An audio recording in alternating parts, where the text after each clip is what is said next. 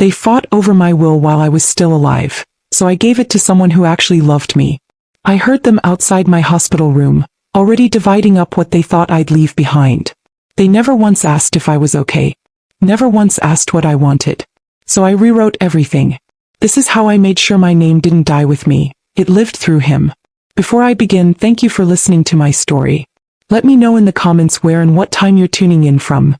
It means more than you know. It reminds me that I'm not alone in this. And if you'd like to share your story with me, feel free to email it. I'll drop my email in the description below. Now let me tell you what really happened. I was still breathing when they started dividing my things. Monica wanted the bedroom set. Raymond asked if I'd already picked someone to handle my financial transition. Sabrina said I'd probably want her to handle my jewelry since she had the best taste. I lay there in my hospital bed, one arm in the floor, trying to pretend I was asleep. But my ears were wide open. I didn't miss a word. They weren't whispering either. That was the part that stunned me. No shame. No hesitation. Just casual planning like I was already gone. I remember the sound of Monica's pen tapping on her notepad while she read out bullet points. I already asked Realtor Donna for a basic appraisal. She said the house could go for at least $450 as is. Of course, I'd have to update the kitchen. Knock down that back wall. Open it up. Raymond asked if the investment account had a named beneficiary. Sabrina asked if there were extra keys to the car. I stared at the ceiling and wondered if God was watching the same show I was. Because this didn't feel like family.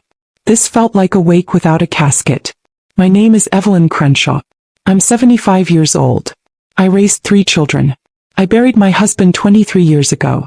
I worked 2 jobs most of my life. Never took a vacation past Biloxi. Saved every dollar like it owed me something. And apparently I raised 3 people who saw me as a burden with a property value. That part hurt. Not like heartbreak. No, worse. Like someone carving their name into your back while you're asleep and hoping the scar stays after you're gone. It started after I fainted at church. I'd been fasting for 2 days for the women's retreat, plus I'd skipped breakfast. I was standing too long during a hymn, and the next thing I remember, the world tilted. I fell into Sister Ruth's lap. They took me to the ER and kept me for observation. That's all it was, low blood sugar.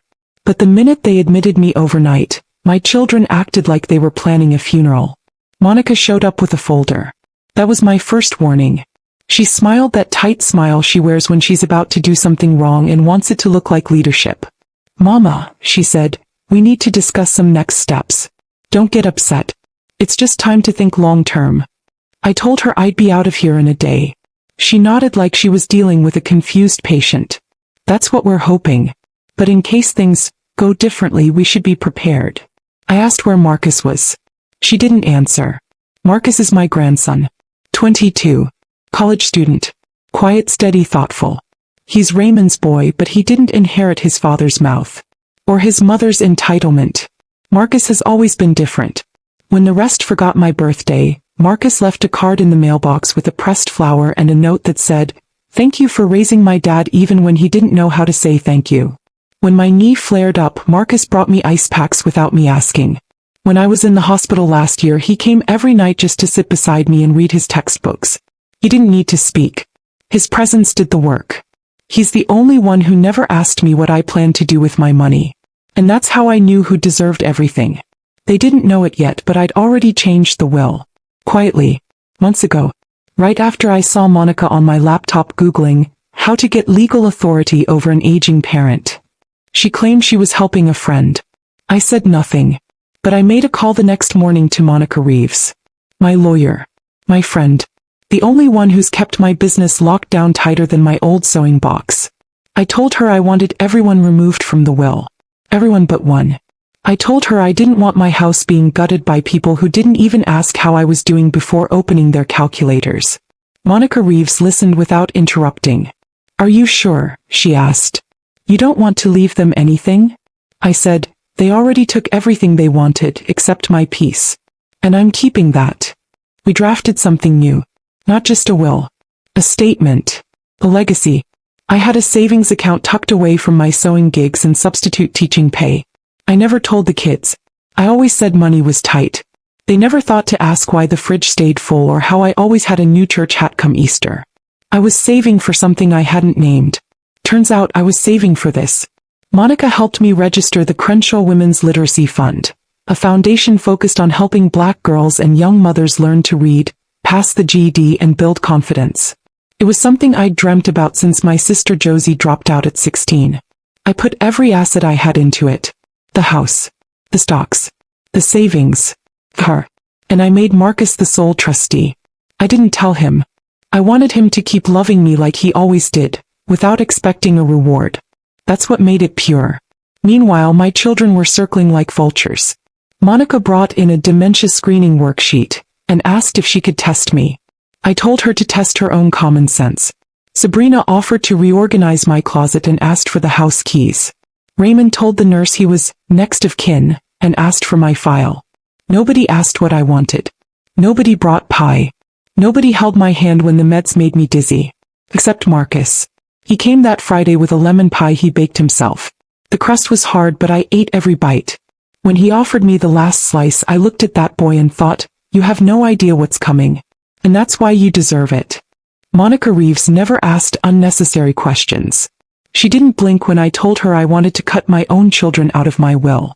She just leaned back in her chair and asked me what I wanted to do with everything instead. I told her I didn't want the house to become a rental. I didn't want the savings to go toward a cruise. I didn't want my quilts sold at garage sales or my sewing machine listed as vintage on the internet. I wanted everything I had built to go toward something that could outlive me. Something that could fix what this family broke. She took notes quietly while I talked. I told her about the Crenshaw Women's Literacy Fund. I told her it wasn't just about reading. It was about dignity. About giving girls who were dismissed a second chance. I told her Marcus would be the trustee. I didn't want a board. I didn't want 3 names on a checkbook. Just him. If anyone deserved to build something real, it was the one who didn't ask me for anything but time. We filed everything that same month. Monica submitted the nonprofit registration, updated the deed, restructured my accounts. All my assets were rerouted to the foundation. Every dollar, the house, the car, the stock account, the contents of the safe deposit box. Marcus wouldn't inherit it. He'd control it. There's a difference. He couldn't use it for himself. He could only use it to give, teach, uplift, and preserve. He didn't know that yet, but when the time came, he'd understand. Meanwhile, Monica and Raymond started getting pushier. Monica brought up estate clarity over dinner. Raymond mentioned survivor benefits, like he was reading off a list. Sabrina kept dropping hints about how complicated probate court can be. I just nodded and smiled. Let them build castles in the sand. Let them imagine how the furniture would look in their houses and how quickly they could flip the property. I didn't argue. I wanted them comfortable. Comfortable people get sloppy. I overheard Sabrina one morning on the phone in the hallway. She was talking to her sister. She said, "We're just trying to get through the next few weeks. Once she's settled, the rest is just paperwork." Settled. That's what she called me, being dead. Settled. Like a debt. I wrote it down. I had a little notebook beside my bed where I jotted down things I heard. I didn't trust my memory anymore. I trusted my pen. That page filled fast. Monica asked the nurse to fax over the DNR form. Raymond Googled how to claim life insurance early. Sabrina mentioned hospice options at lunch. I kept it all. Monica Reeves told me to write everything. Just in case. Marcus kept showing up. Still quiet, still thoughtful. He brought me a plant and said, "They say talking to plants helps them grow.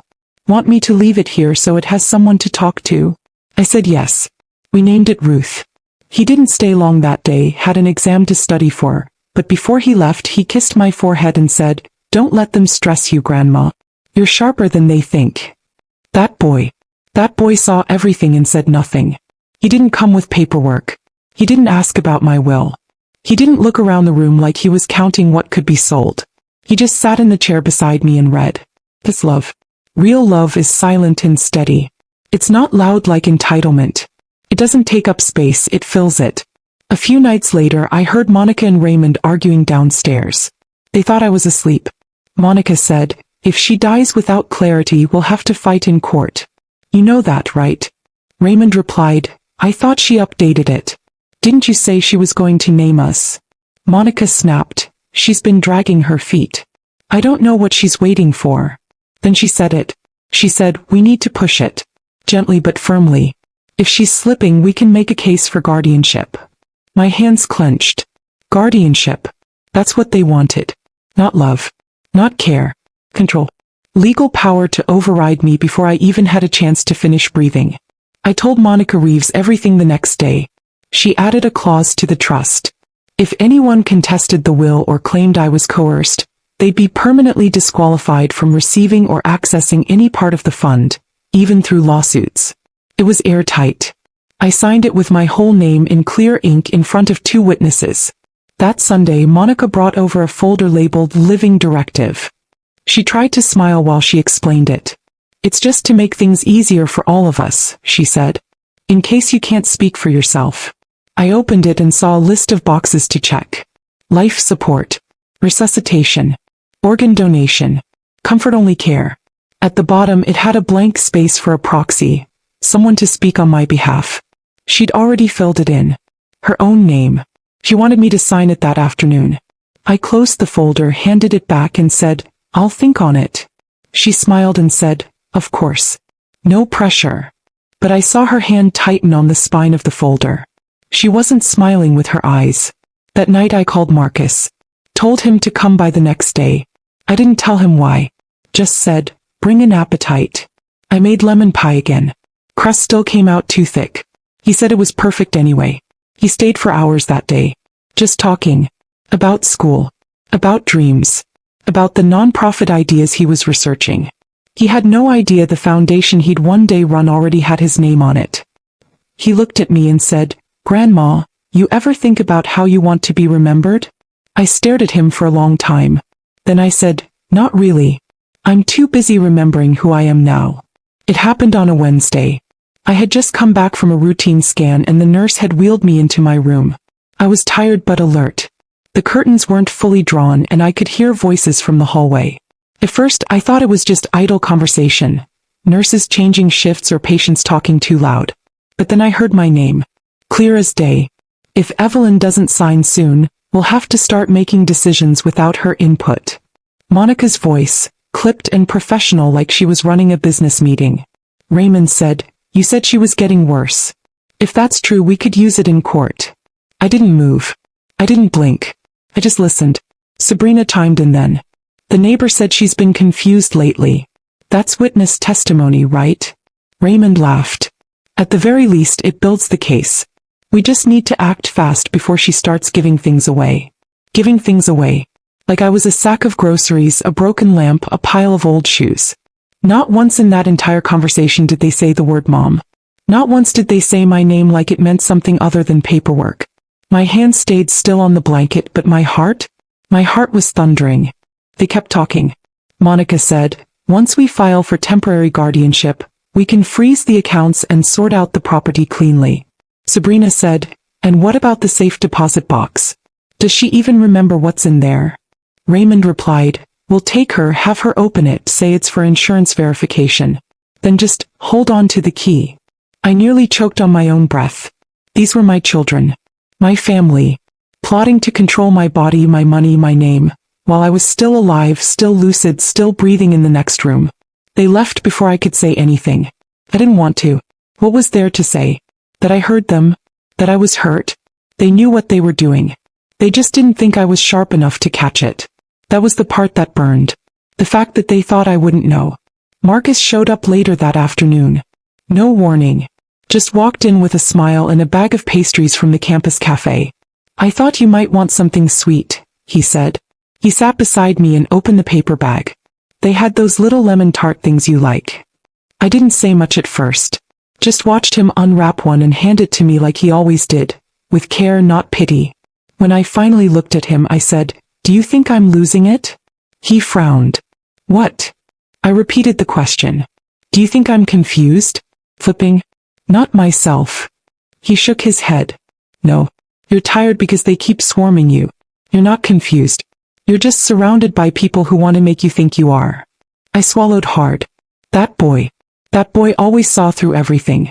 He didn't ask why I looked shaken. Didn't press me. Just handed me the tart and said, "You're still the sharpest person in the room.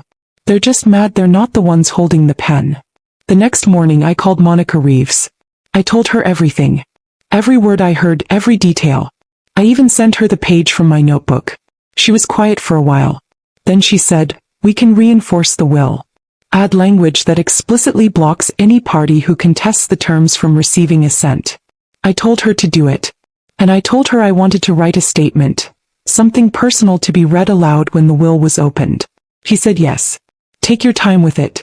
Write it how you want it remembered. So I did. I wrote it that night. In bed. The moonlight coming in through the blinds. I wrote every word slowly, carefully, without anger. I didn't want it to sound like revenge. I wanted it to sound like truth. Marcus came again on Friday. He brought a small pot of soup. I didn't season it right, he admitted. But it's warm. I ate it anyway. He told me about a girl in his class who was struggling with literacy and how he'd been helping her after lectures. I smiled to myself, thinking this is what the foundation was made for. He doesn't even know he's already doing the work. I told him he should start something one day. A place where young women could study, take exams, rebuild their paths. He shrugged and said, "That'd be cool, but I wouldn't know where to start." I almost laughed, because he was already the one I started it for. Later that evening, Monica stopped by again. My daughter, not the lawyer. She brought a tray of sugar-free cookies I didn't ask for and sat at the edge of the bed like she was visiting a patient in hospice. She talked at me. "Raymond's been looking at assisted living options. Not because you're not doing well, but just to be safe." I looked at her and said nothing. She continued, "You've been through a lot. We just want what's best." I asked her what she thought was best. She hesitated. "Something manageable. Something structured. Somewhere you won't have to worry about stairs or bills or remembering appointments." I nodded slowly. "And would I have a say in this?" Her face twitched. "Of course. But you know how decisions can get cloudy when things accelerate." Accelerate. That word. I said I needed to rest. She left without arguing.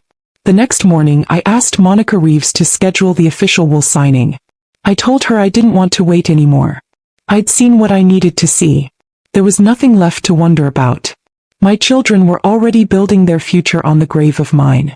And I was still here. Still breathing. Still holding the pen. I signed the will the following Thursday. Monica Reeves brought the full packet to the house herself. She laid everything out carefully on the kitchen table. Each clause, each signature line, each witness form in its proper place. I made her read it out loud to me slowly from start to finish. Not because I didn't trust her, but because I wanted to feel every word seal into place. When we got to the part where it named Marcus as the sole trustee of the Crenshaw Women's Literacy Fund, I closed my eyes for a second and pictured his face. Thought about how his hands trembled when he handed me that overcooked pie.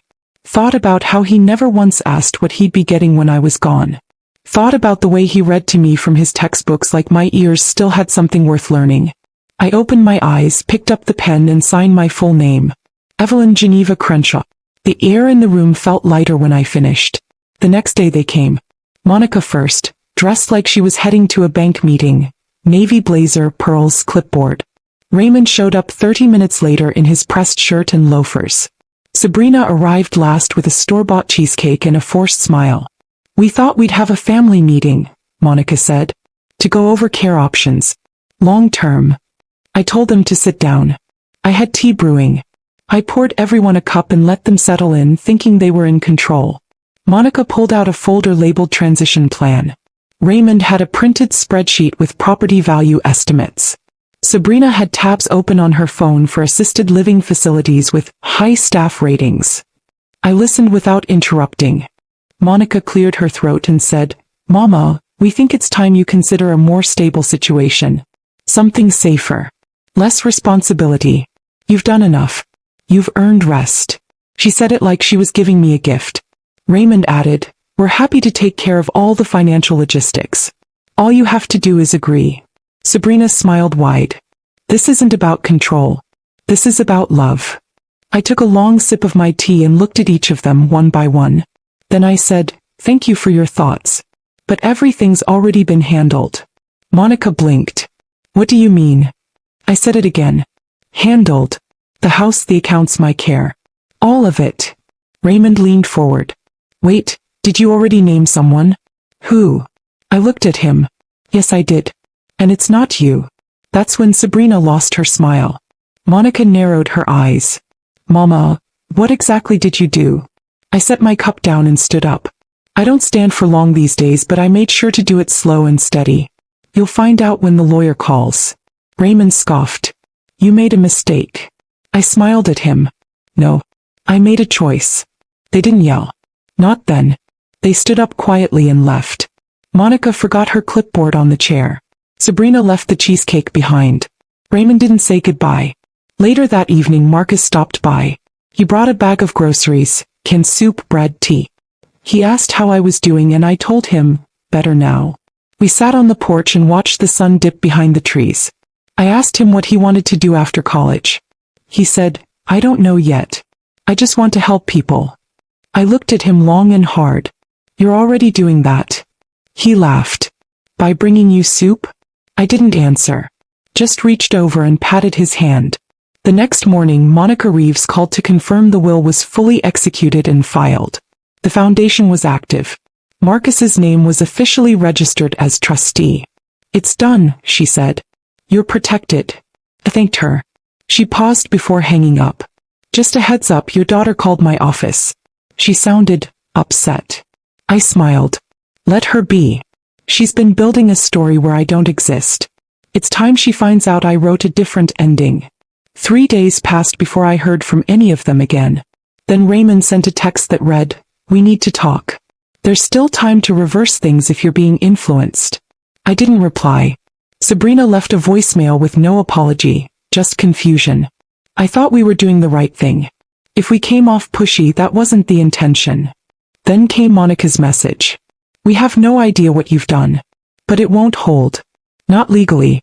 If Marcus or someone else coerced you, I deleted the message before she could finish. I wasn't angry. Not even bitter. I was clear. Marcus didn't know yet. I still hadn't told him. I wanted the moment to come on its own. The gratitude. The understanding. He'd get there. I'd written him a letter. Not just a note, 10 pages. My story. My reasons. The betrayal. The hope. I left it sealed in Monica Reeves's office to be read at the same time as the will. Because some truths don't need to be spoken out loud. They just need to land when they're meant to. That evening I baked again. The crust turned out right this time. Marcus came over and took the first bite and said, Grandma, this might be your best one yet. I looked at him and said, good. Because everything after this is yours. He smiled, not knowing what I meant. And I didn't explain. Not yet. The will reading was held in Monica Reeves's office the following week. She called them all personally. Not because she had to, but because I asked her to. I wanted them to show up. I wanted them to hear it from someone who wouldn't flinch when they started getting loud. Monica, Raymond, and Sabrina arrived dressed like it was a memorial service. Monica wore a stiff black suit with gold buttons like a TV lawyer. Raymond had the same gray slacks he wore to church funerals. And Sabrina came in a muted floral dress, her eyes already moist like she was preparing to cry for the cameras. Marcus showed up last. Simple, polite, quiet as always. Jeans and a button-up, holding a notebook and a pen. He didn't know what this was about. All I had told him was, you should be there. So he came. Monica Reeves sat at the head of the table, calm as ever. No small talk. No fake smiles. Just business. We're here to review the last will and testament of Evelyn Geneva Crenshaw, she said, executed and witnessed under full legal compliance. Before I begin, let me remind everyone that this reading is being recorded and notarized. She looked up. Any objections? No one spoke. Of course they didn't. They thought they were about to cash in. She began to read. To my daughter Monica, my son Raymond, and my daughter-in-law Sabrina, I leave you each the memory of the choices you made while I was alive. May they remind you what real value looks like. Sabrina gasped. Monica's mouth fell open. Raymond blinked like he hadn't heard it right. Monica Reeves didn't pause. She turned the page. I hereby place all financial accounts, investment portfolios, safe deposit contents, and all personal property into the Crenshaw Women's Literacy Fund, a foundation created in my name to support the education and advancement of Black women and girls who have been denied opportunity. Sabrina's hand flew up. Excuse me, what does that mean? Like, what's left for the family? Monica Reeves looked at her and said, let me finish. The home at 132 Larkspur Lane is hereby deeded to the Foundation, to be used as its physical headquarters and tutoring site. The property may not be sold, rented, or transferred outside of the fund's mission. Monica gripped the edge of the table. That's my childhood home. Raymond muttered, this is a joke. This can't be real. Monica Reeves calmly turned to the final page. The Crenshaw Women's Literacy Fund shall be directed by one trustee, Marcus Elijah Crenshaw. He shall have sole authority over fund disbursements, programming, staffing, and property management. This designation is final and not subject to legal challenge under Clause 7b. Any individual who contests this decision shall forfeit all residual claim to the estate or foundation assets. Silence. Dead humming silence. Then Monica spoke. She was manipulated. She wasn't in her right mind. Sabrina chimed in. This is elder abuse. That boy, he must have gotten to her somehow. Raymond crossed his arms. I want to see proof. I want to see video. Handwriting. Something. Monica Reeves opened a sealed envelope. She wrote a letter to be read aloud. She asked that it be delivered after the will was heard. She took a breath and opened it. Marcus sat frozen, his hand still holding his pen above the notebook. She began.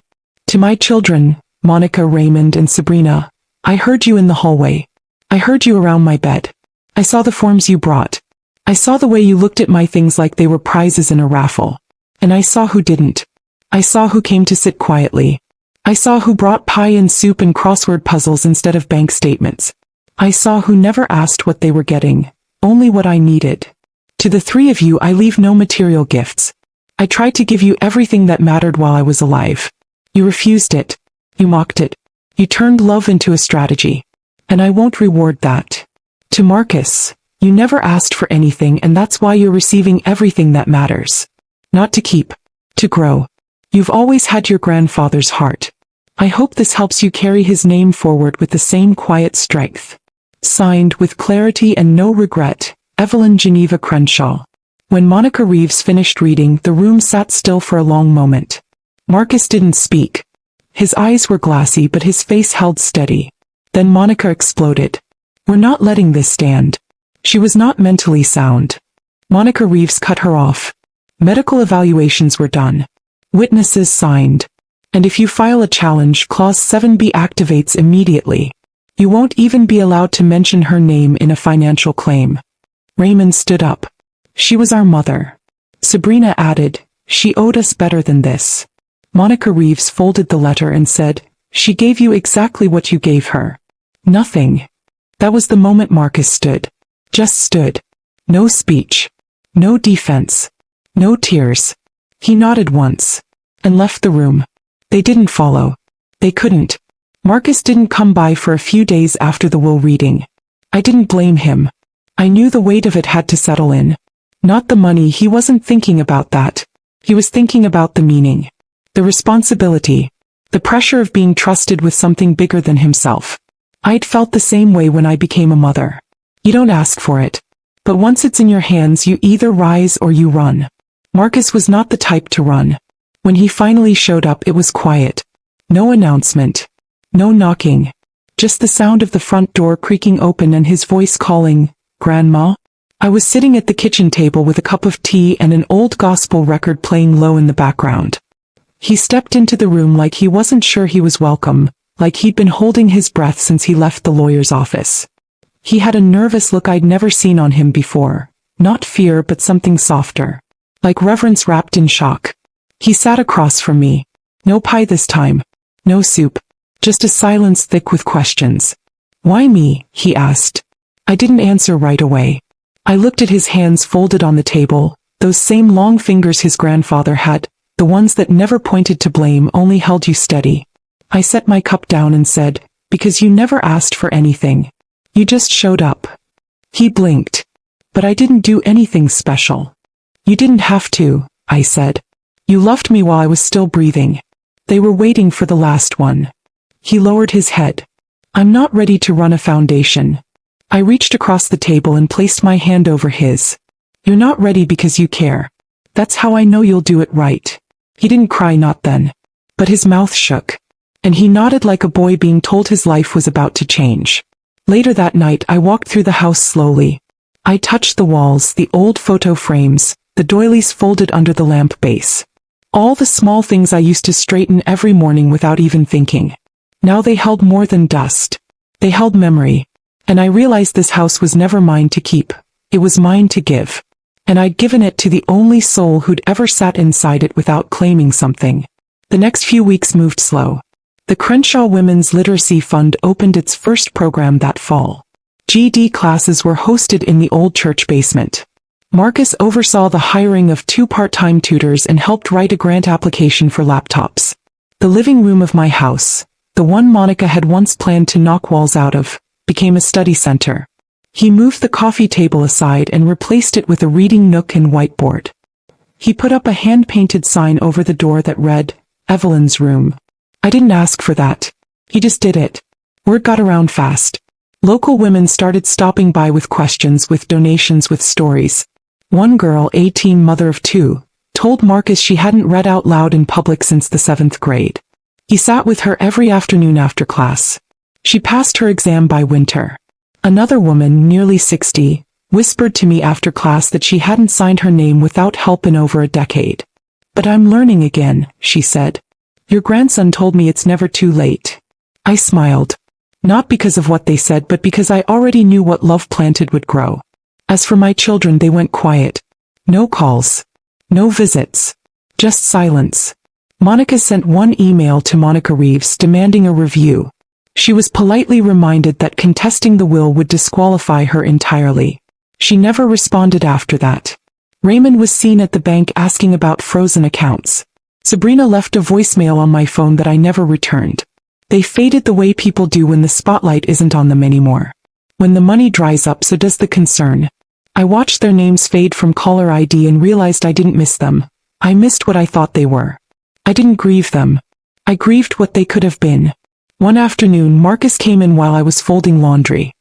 He had a brown envelope in his hand and a nervous look on his face. "There's a donor who wants to match our next round of funds," he said. "But they want to meet the founder." I smiled and said, "Then you tell them she'll see them Wednesday." He laughed. "You're not done yet, are you?"